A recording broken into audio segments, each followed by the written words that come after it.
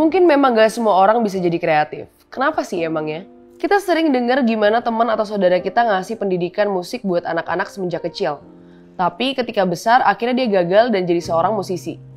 Kenapa sih cukup banyak pendidikan semenjak dini yang akhirnya gagal? Kita bisa ambil dua buah contoh yang kita sama-sama tahu. Slash dari band Guns N' Roses belajar musik secara serius waktu dia baru masuk SMA. Tapi gak lama setelah itu dia langsung jadi musisi profesional. Di sekolah yang dia masuki, dia berteman baik sama Flea dari Red Hot Chili Peppers dan musisi-musisi top dunia lainnya. Mereka hidup dalam lingkungan entertainment terbaik di dunia. Beda lagi sama Steve Jobs. Dia jadi pengusaha dikala umurnya masih belia. Dia bertemu Steve Wozniak lalu main bareng sama Bill Gates dan banyak lagi teman-temannya yang jadi pengusaha digital sukses. Beruntung banget Steve Jobs lahir di San Francisco yang terkenal jadi area industri teknologi digital terbesar di dunia. Dari dua contoh ini, ada satu contoh yang mungkin lumayan usang di Indonesia yang selalu kita dengar, bahwa si A adalah seorang ahli komputer hebat yang tinggal di kota kecil di Indonesia.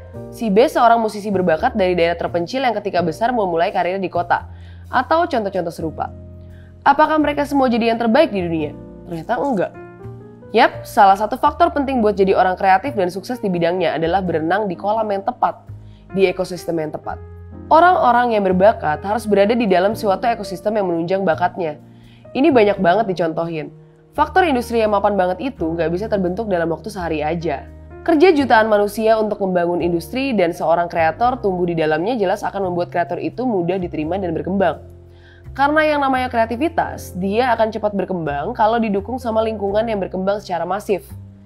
Dan faktor pembentukan ekosistem ini seharusnya adalah kerjasama antara industri, media, dan pemerintah. Kamu sendiri bisa kontribusi apa buat ekosistem yang ngebuat kreativitas di Indonesia bertumbuh?